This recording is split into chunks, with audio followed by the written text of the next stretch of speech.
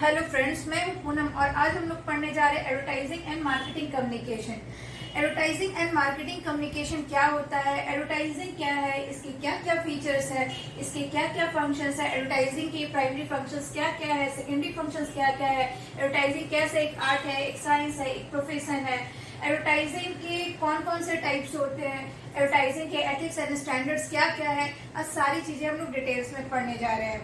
तो first of all advertising and marketing communication क्या होता है। Advertising and marketing communication is basically a process in which any material can be broadcast or published under a reasonable control of advertiser or the marketer. What is advertising? Advertising can be defined as the most possible selling message to the right prospect for the product or the services by and for the product or the services at the lowest possible cost.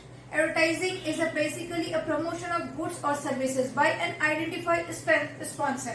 Advertising is a combination of creativity, marketing research, and economic media buying.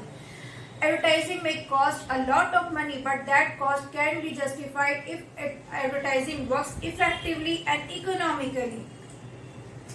It has multiple roles. Like it can be used for awareness, and also it can be used to build a strong brand for a company of any firms. Advertising is drawn from word advertise, which means to draw attention. David Ogilvy is the father of advertising. These two questions are always, you have to remember, these questions are always asked in question in UGC NET examination, in CUCET examination. Advertise is drawn from which word? It is drawn from Latin word adverti. Who is the father of advertisement? David Ogilvy is the father of advertisement. What are the features now? What are the features of advertisement? The first feature is provide information.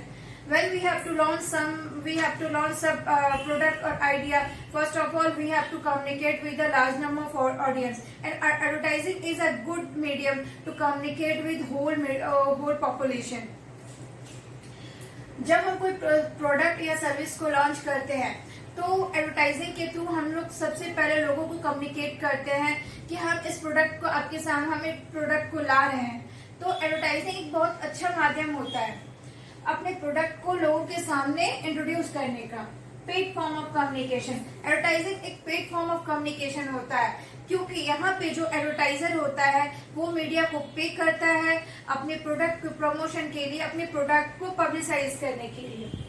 Non personal form of communication, non personal form of presentation या communication हम लोग इसलिए बोलते हैं क्योंकि यहाँ पे एक लार्ज नंबर ऑफ ऑडियंस से थ्रू द मास मीडिया हम लोग कम्युनिकेट कर रहे हैं, ना कि हम लोग फेस टू फेस कम्युनिकेशन कर रहे हैं। क्रिएटिविटी, टारगेट ओरिएंटेड हमेशा हर एडवर्टीजमेंट टारगेट ओरिएंटेड होता है, क्योंकि अगर टारगेट ओरिएंटेड होगा एडवर्टीजमेंट तो ये ज्यादा इफेक्टिवली वर्क करेगा। फॉर एग्जाम्पल, हम लोग ऐसे अभी कुछ दिन पहले एक एड आया है किंडर जॉय का, जिसमें एक स्लोगन यूज किया गया है, खाओ खेलो खुश रहो। तो बेसिकली ये टारगेट किया गया है चिल्ड्रंस को। चिल्ड्रन जो होती है उन्हें क्या चाहिए होता है, उन्हें कुछ चॉकलेट्स वगैरह खाना होता है, उन्हें खेलना होता है। तो ये बेसिकली एक चॉकलेट है जिसके जो चॉकलेट के रैपर के अंदर चॉकलेट भी होता है और फिर टॉय भी होता है। तो बेसिकली बच्चे क्या करते हैं कि उसकी तरफ अट्रैक्ट होते हैं कि क्योंकि हमें चॉकलेट भी खाने को मिलेगा, साथ ही साथ हमें टॉय भी मिलेगा खेलने को।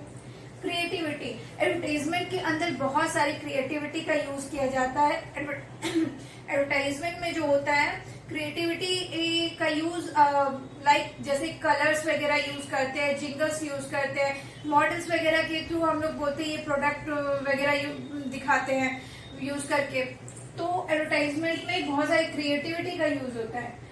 परसुएशन, एडवर्टाइजमेंट हमेशा परसुएट करता है लोगों को to purchase particular product.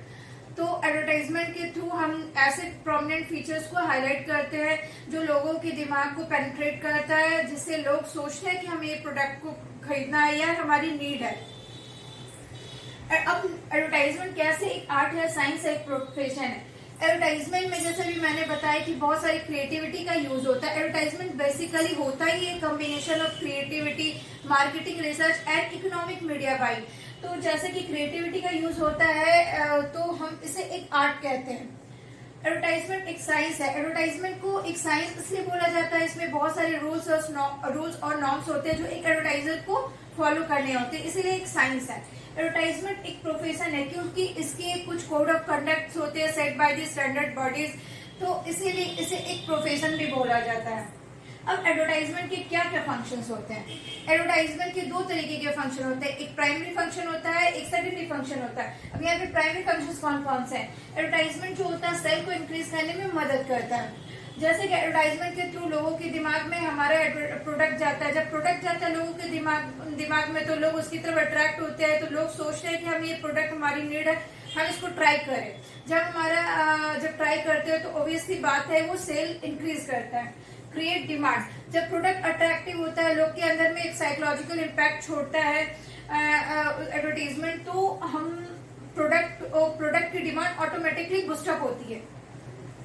Password dealer to stock, जब सेल इंक्रीज करेगा, डिमांड इंक्रीज करेगा, तो ऑटोमेटिक जो हमारा जो डीलर होता है वो स्टॉक करके प्रोडक्ट को रखेगा ताकि प्रोडक्ट की कंटिन्यूटी बनी रहे और प्रोडक्ट का शॉर्टेज नहीं हो। असिस्ट डीलर टू लिक्विडेट, अगर प्रोडक्ट की कंटिन्यूटी बनी रहेगी तो डीलर भी प्रोडक्ट को लिक्विडेट इजीली कर पाएगा।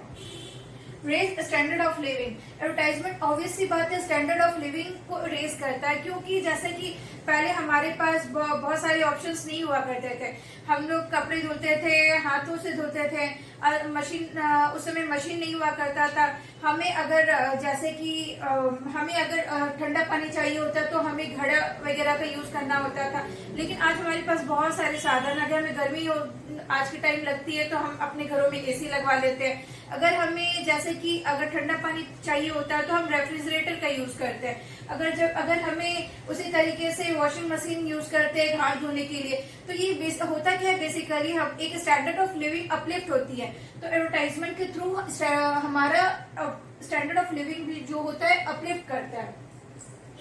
अब सेकेंडरी फंक्शन ऑफ एडवर्टाइजमेंट क्या होता है? Moral support to salesman, advertisement जो होता है मोरल सपोर्ट देता है सेल्समैन को।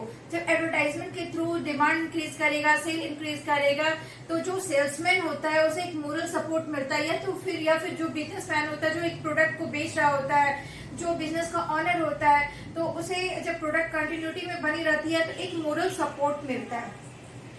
Cultivate sense of security inside the employ, advertisement जो होता है एक सेंस ऑफ सिक्योरिटी जो उस कंपनी में काम कर रहे होते हैं, जो प्रोडक्ट बेच रही होती है, उसे एक सेंस ऑफ सिक्योरिटी उनके अंदर पैदा करता है, एक कल्टीवेट करता है। सेंस ऑफ सिक्योरिटी का यहाँ मतलब क्या है? मतलब कि जैसे अगर प्रोडक्ट कंटिन्यूटी बनी हुई है, प्रोडक्ट मार्केट में उसका डिमांड बना हुआ है, तो उससे क्या होता है, कंपनी का जो स्टैंडर्ड है, कंपनी जो प्रोडक्ट बेच रही होती है उसका स्टैंडर्ड जो है अपलिफ्ट होता है। जब स्टैंडर्ड अपलिफ्ट होता है तो उस कंपनी में जो काम कर रहे एम्प्लॉय होते हैं उसे भी एक सेंस ऑफ सिक्योरिटी फील होता है कि नहीं, हमारी जॉब बनी हुई है, आगे भी बनी रहेगी क्योंकि प्रोडक्ट हमारा रनिंग है। Helps to recruit efficient employ, जैसे कि हम लोग जानते हैं कि एक अच्छी कंपनी से हर कोई जुड़ना चाहता है। तो जब एक कंपनी अच्छी होती है, सेल्स अच्छा होता है, कंपनी एक अच्छी होती है, तो हर कोई जुड़ना चाहता है। तो जो कंपनी होती है उसी एफिशिएंट एम्प्लॉय को रिक्रूट करने में भी ये हेल्पफुल होता है एडवर्टीजमेंट। टाइप्स ऑफ एडवर्टीजमेंट, अब यहाँ पे हम लोग देखेंगे कि कौन कौन से टाइप्स ऑफ एडवर्टीजमेंट होते हैं। तो यहाँ पे बहुत तरीके के एडवर्टीजमेंट होते हैं, लेकिन बेसिकली हमें 4 तरीके एडवर्टीजमेंट पढ़ना है। वो है print advertisement, television advertisement, radio advertisement and online advertisement. Print advertisement जो होता है बहुत इफेक्टिव मीडियम माना जाता है। यहाँ प्रिंट एडवर्टीजमेंट को इफेक्टिव मीडियम क्यों कहते हैं? क्योंकि यहाँ जो न्यूज़पेपर या मैगजीन वगैरह का जो सब्सक्राइबर होता है, पर्टिकुलर एडवर्टीजमेंट को जो होता है लॉन्ग टाइम के लिए अपने पास सेव करके रख सकता है, उसे इफेक्टिव सेव करके रख सकता है और कई बार पढ़ सकता है, इसलिए एक इफेक्टिव मीडियम होता है। प्रिंट एडवर्टीजमेंट में आपको कुछ कंपोनेंट्स इसके याद करने होते हैं। प्रिंट एडवर्टीजमेंट में इसके कंपोनेंट्स होते हैं headlines, body copy, signature line, standing detail, illustrations etcetera. ये आपको थोड़ा याद करके रखना पड़ेगा। टेलीविजन, अब टेलीविजन में क्या होता है, टेलीविजन में जो एडवर्टीजमेंट होता है वो through the audio and video दोनों मीडियम से होता है। तो ऑडियो और वीडियो मीडियम से जो हमारा एडवर्टीजमेंट कॉपी होती है वो उस तरीके से बनाई जाती है कि थ्रू ऑडियो और वीडियो कॉपी हम लोगों को चीजों लोगों को कम्युनिकेट कर सके, लोगों को बता सके। और अगर इसे अट्रैक्टिव बनाने के लिए, इसे क्रिएटिव बनाने के लिए हम बहुत सारी चीजों का यूज करते हैं। जैसे कि हम लोग किसी मॉडल्स को ले आते हैं, किसी एक्टर को ही ले आते हैं। अगर एक्टर को लाते हैं तो ऑब्वियसली बात, एक नॉर्मल आदमी किसी चीज को परचेज करने के लिए आपको बोलेगा तो हम लोग बेसिकली नहीं मानते हैं। लेकिन यही अगर हमारे अंदर एक मेंटालिटी होती है, यही अगर कोई एक्टर या फिर कोई ऐसा प्रोमिनेंट पर्सन हमें बोलेगा कि इस चीज को आप करिए, ये चीज आपके लिए बहुत ज्यादा अच्छा है, तो हम लोग के दिमाग में वो अलग इम्पैक्ट छोड़ करके जाता है। फॉर एग्जाम्पल, अगर हमें कोई हीरो, कोई एक्टर आकर के हमें कहता है कि ये चॉकलेट आपका, ये चॉकलेट बहुत हेल्दी होता है, ये अपने बच्चों को दे सकते हैं, इससे आपकी इम्यूनिटी बूस्टअप होगी, तो ऑब्वियसली बात है हमारे दिमाग में एक अलग सा इफेक्ट होगा कि अगर ये बंदा अपने बच्चों को दे रहा है तो ऑब्वियसली बात है कि एक एक्टर अपने बच्चों को दे रहा है तो ये बोल रहा है तो कुछ मतलब उसका कुछ अलग ही मीनिंग है। रेडियो में जो एडवर्टीजमेंट होता है थ्रू दी ऑडियो मीडियम ही होता है। हम audio medium through the audio ही हम लोग ऐसी एडवर्टीजमेंट कॉपी तैयार करते हैं जो लोगों के दिमाग को पेनिट्रेट कर, लोगों के दिमाग में एक तरीके का इम्पैक्ट छोड़े। जैसे कि हम लोग उसमें different kind of jingles use करते हैं, सॉन्ग्स यूज करते हैं, कुछ ऐसी चीजें यूज करते हैं कि लोग उसे याद रखें, लोग उसे गुनगुनाए, उसे याद रखें लॉन्ग टर्म के लिए। और इसी तरीके से एडवर्टीजमेंट या वो प्रोडक्ट लोगों के दिमाग तक पहुंचे, उन्हें याद रहे वो प्रोडक्ट। ऑनलाइन, अब ऑनलाइन की बात करते हैं, जैसे कि इंटरनेट का युग है, हर कोई इंटरनेट यूज करता है। जैसे हम सभी फेसबुक यूज करते हैं। समटाइम्स हम लोग फेसबुक में देखते हैं कि कुछ फ्लिपकार्ट या अमेजन या लाइक कोई भी कमर्शियल साइट्स वगैरह की एडवर्टीजमेंट आते रहते हैं कि या तो अगर आपने फैशन वगैरह देखा तो फैशन की याद है, किसी चीज इस तरीके से बहुत सारी चीजों का ही आता रहता है। तो ये क्या होता है बेसिकली, एक किसी भी प्रमोशन या किसी भी प्रोडक्ट वगैरह का या फिर किसी भी चीजों का प्रमोशन होता है, गुड्स वगैरह का प्रमोशन होता है थ्रू। तो ये क्या होता है, इसे ऑनलाइन एडवर्टीजमेंट भी बोलते हैं। अब ऑनलाइन एडवर्टीजमेंट में बहुत तरीके का होता है, जैसे कि पॉपअप वगैरह भी देखते हैं लगातार, कमर्शियल वेबसाइट्स होती है। ऑनलाइन एडवर्टीजमेंट में हम लोग कोई पैम्फलेट वगैरह जो बहुत सारी वेबसाइट्स वगैरह में लगे होते हैं, तो ये different types of online advertisement होते हैं। अब ethics and standard of advertisement क्या होता है? एथिक्स और स्टैंडर्ड ऑफ एडवर्टाइजमेंट यहाँ पे ये होता है, एथिक्स होता है सेट ऑफ रूल्स जो हर एडवर्टाइजर को फॉलो करना होता है। अब यहाँ पे जैसे कि हम लोगों ने देखा है, कई बार देखते हैं हम लोग, बहुत सारे एड्स वगैरह दिखाते हैं कि आप एक लॉटरी ड्रॉ करिए और आप बिलियनियर मिलियनियर बन गए, या फिर आप एक चुटकी बजाइए आपके घर की दीवार पूरी कलरफुल हो गई। लेकिन ये सारी चीजें क्या होती है, ये सारी चीजें ट्रुथ से कहीं ज्यादा दूर होती है, ये एक स्टैंडर्ड को फॉलो ही नहीं करती है। जबकि जो बड़ी कंपनीज होते हैं वो ट्रुथ ही दिखाते हैं, वो भी ट्रुथ ही दिखाते हैं, लेकिन वो हो सकता है कि 100% नहीं दिखा रहे होते हैं, लेकिन वो जो दिखाएंगे वो ट्रुथ ही दिखाएंगे। तो ये कुछ एथिक्स होते हैं जो हर एडवर्टाइजर को, हर मार्केटर को ये फॉलो करने होते हैं। और truthfulness, social responsibility and human dignity, ये जो होते हैं, ये तीनों जो होते हैं बेस होते हैं। ट्रूथफुलनेस का मतलब यहाँ पे है जो दिखाना है वो हमें सच ही दिखाना। सोशल रिस्पॉन्सिबिलिटी, हमें ऐसी चीजें दिखाना जो सोसाइटी के बेनिफिट के लिए हो। ह्यूमन डिग्निटी को मेंटेन करते हुए हमें अपने एडवर्टाइजमेंट को तैयार करके रखना है। तो बेसिकली आज के लिए बस इतना ही करते हैं। नेक्स्ट टाइम जब हम लोग किसी वीडियो को लेकर के आएंगे तो हम लोग इसे और भी डिटेल में पढ़ेंगे सबसे पहले, उसके बाद जाके हम लोग नेक्स्ट में पहुंचेंगे।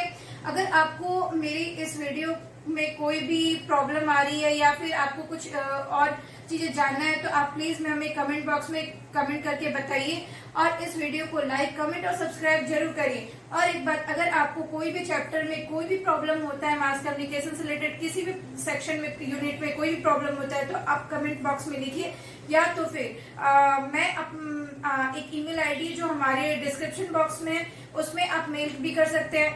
आपकी प्रॉब्लम को बहुत जल्दी शॉर्ट आउट किया जाएगा और मैं एक नई वीडियो के साथ आपके पास आऊंगी। Thank you.